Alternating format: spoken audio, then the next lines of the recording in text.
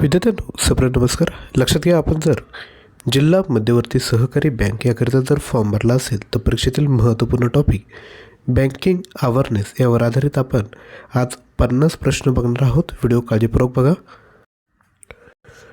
आणि मागील जेवढेही जिल्हा सहकारी बँक याच्या ज्या एक्झाम झाल्या आहेत त्यात देखील यातूनच प्रश्न विचारलेले आपणाला बघायला भेटेल.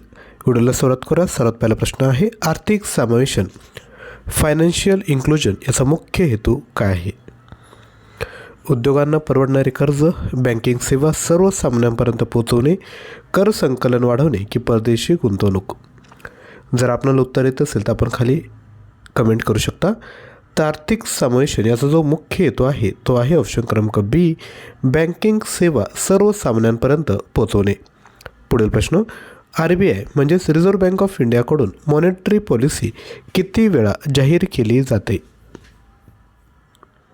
दर महिना, वर्षातून एकदा, तिमाही की 6 महिन्यांनी? योग्य उत्तर आहे ऑप्शन क्रमांक सी, क्वार्टरली म्हणजे 3 महिन्यांनी जाहीर केली जाते. यानंतर पुढील प्रश्न, IFSC कोडमध्ये किती अंक किंवा अक्षरे असतात? तर याचा राईट आन्सर आहे ऑप्शन क्रमांक सी, एकूण 11 अक्षरे असतात. पुढील प्रश्न, CTS म्हणजे काय? जे ऑप्शन आहे ते आपण स्वतः रीड करायचे व्हिडिओला पॉज करून आणि प्रश्नाचं उत्तर खाली कमेंट करण्याचा प्रयत्न करायचा आहे. तर CTS म्हणजे ऑप्शन क्रमांक ए, चेक ट्रुनकेशन सिस्टीम. पुढील प्रश्न, रेपो रेट वाढल्यास काय होतो? तर जेव्हा रेपो रेट वाढतो तेव्हा कर्ज महाग होते. पुढील प्रश्न, लीड बँक संकल्पना कशाशी संबंधित आहे? तर लीड बँक ही संकल्पना ऑप्शन सी, जिल्हानिहाय बँकिंग विकास याच्याशी संबंधित आहे. पुढील प्रश्न, भारतात सर्वप्रथम नॅशनलायझेशन कधी झाले? तर लक्षात घ्या, भारतात सर्वप्रथम ऑप्शन सी 1969मध्ये राष्ट्रीयकरण झाले आहे. पुढील प्रश्न, ATM मध्ये पिनचा अर्थ काय? तर ATM मध्ये पिनचा अर्थ आहे ऑप्शन बी, पर्सनल आयडेंटिफिकेशन नंबर. पुढील प्रश्न, डिजिटल व्यवहार वाढवण्यासाठी सरकारने कोणती योजना आणली होती? तर ती योजना जी होती ती आहे ऑप्शन बी, भीम ॲप आणलं होतं. त्याचा फुल फॉर्म आहे भारत इंटरफेस फॉर मनी. पुढील प्रश्न, कोणत्या योजनेत सरकार अपघाती विमा देते? तर ती योजना आहे ऑप्शन सी, PMSBY म्हणजेच प्रधानमंत्री सुरक्षा विमा योजना. तसेच लक्षात घ्या, जिल्हा मध्यवर्ती बँक याकरता जर आपल्याला टेक्निकल प्रश्न पाहिजे असेल ज्यामध्ये 2000 प्रश्न, 61 ऑनलाईन टेस्ट फक्त 249 रुपयामध्ये भेटेल. अधिकच्या माहितीसाठी तुम्ही 93 56 25 60 34 यावर व्हॉट्सअप करू शकता किंवा खाली हा कोर्स परचेस करण्याची लिंक डिस्क्रिप्शन बॉक्समध्ये दिली. ॲप डाउनलोड करा आणि हा कोर्स परचेस करा. यामध्ये तुम्हाला DCC बँकेच्या मागील प्रश्नपत्रिका, कृषीविषयक ज्ञान आणि महाराष्ट्राची ग्रामीण अर्थव्यवस्था प्रश्न, माहिती व तंत्रज्ञान प्रश्न, बँकिंग अवेअरनेस आणि सहकार प्रश्न, वरील सर्व टॉपिकवर ऑनलाईन टेस्ट आणि चालू घडामोडी 2025च्या ऑनलाईन टेस्ट तुम्हाला भेटून जातील. किंवा जर आपल्याला परिपूर्ण कोर्स हवा असेल ज्यामध्ये सामान्य ज्ञान, चालू घडामोडी, मराठी व्याकरण, कृषीविषयक ज्ञान, ग्रामीण अर्थव्यवस्था, संगणक, अंकगणित, अर्थशास्त्र, मागील प्रश्नपत्रिका, बँकिंग अवेअरनेस, सहकार प्रश्न हे सर्व पाहिजे असेल, सोबत 300 ऑनलाईन टेस्ट पाहिजे असेल तर तुम्ही हा कोर्स परचेस करू शकता. याची प्राईज आहे 499. हा कोर्स परचेस केला तर बाकीही एक्झामसाठी तुम्ही हे मटेरियल नक्की यूज करू शकता.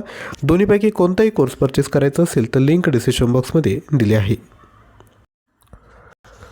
यानंतर पुढील प्रश्न, कोणत्या खात्यात व्याज मिळत नाही? तर लक्षात घ्या, ऑप्शन क्रमांक सी, चालू खात्यामध्ये व्याज मिळत नाही. पुढील प्रश्न, RTGS मध्ये व्यवहार करण्यासाठी किमान मर्यादा किती आहे?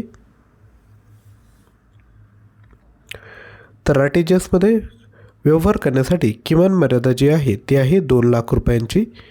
पुढील प्रश्न, प्रायोरिटी सेक्टर लेंडिंग म्हणजे काय?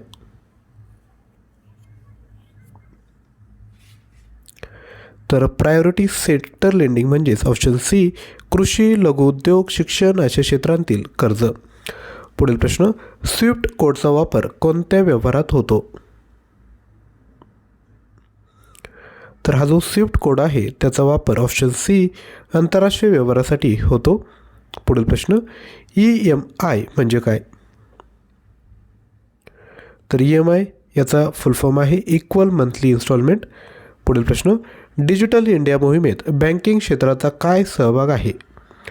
प्रश्नाचं उत्तर कमेंट करा. तसंच लक्षात घ्या, जर आपल्याला डेली बेसिसवर करंट अफेअरची प्रॅक्टिस करायची असेल तर डेली करंट अफेअर्स हे जे आपलं यूट्यूब चॅनल आहे त्याला तुम्ही सबस्क्राईब करू शकता. लिंक डिस्क्रिप्शन बॉक्समध्ये दिली आहे. तर याचं जे योग्य उत्तर आहे ते आहे ऑप्शन सी, डिजिटल व्यवहार वाढवणे.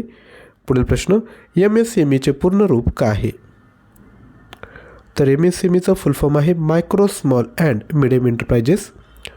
पुढील प्रश्न QR कोडमध्ये QRचा अर्थ काय? तर QRचा अर्थ आहे क्विक रिस्पॉन्स. पुढील प्रश्न भारतातील सर्वप्रथम पेमेंट बँक कोणती होती? तर ती होती ऑप्शन क्रमांक ए, एअरटेल पेमेंट बँक.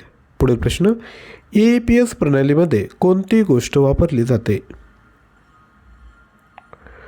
तर EPS प्रणालीमध्ये ऑप्शन ए, आधार क्रमांक वापरला जातो.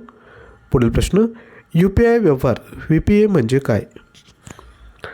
तसेच विद्यार्थी मित्रांनो, अजून जर आजच्या व्हिडिओला लाईक केलं नसेल तर एक लाईक करा आणि चॅनलला देखील सबस्क्राईब करा, कारण की येणाऱ्या अपकमिंग डेजमध्ये असेच अभ्यासाचे व्हिडिओ मी तुमच्यासाठी घेऊन येणार आहे. तर VPA म्हणजेच काय? Virtual payment address. पुढील प्रश्न रिझर्व्ह बँक ऑफ इंडियाचे राष्ट्रीयकरण केव्हा झाले? तर रिझर्व्ह बँक ऑफ इंडियाचे राष्ट्रीयकरण हे ऑप्शन बी, 1 जानेवारी 1949ला झालं आहे. पुढील प्रश्न रिझर्व्ह बँक ऑफ इंडियाची स्थापना कधी झाली? तर रिझर्व्ह बँक ऑफ इंडियाची स्थापना ही ऑप्शन बी, 1 एप्रिल 1935ला झाली. पुढील प्रश्न NACH प्रणालीचा उपयोग कशासाठी होतो? तर ही जी नॅश प्रणाली आहे त्याचा उपयोग option D, auto debit EMI साठी केला जातो. पुढील प्रश्न मुद्रा योजनेचा उद्देश काय आहे? तर ही जी मुद्रा योजना आहे त्याचा उद्देश आहे ऑप्शन सी, सूक्ष्म व्यवसायासाठी कर्ज देणे.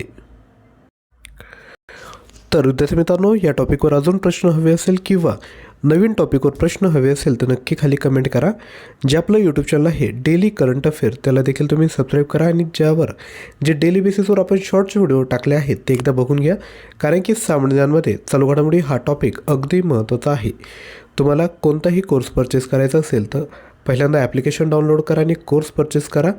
तसेच ॲप्लिकेशन डाउनलोड केल्यानंतर जर काही ऑफर चालू असतील तर त्याचे तुम्हाला नोटिफिकेशन भेटेल. त्यामुळे नक्की विद्यार्थी मित्रांनो या ठिकाणी ॲप डाउनलोड करायचे आहे. तर आजच्या व्हिडिओमध्ये या ठिकाणी थांबत आहोत. थँक्यू.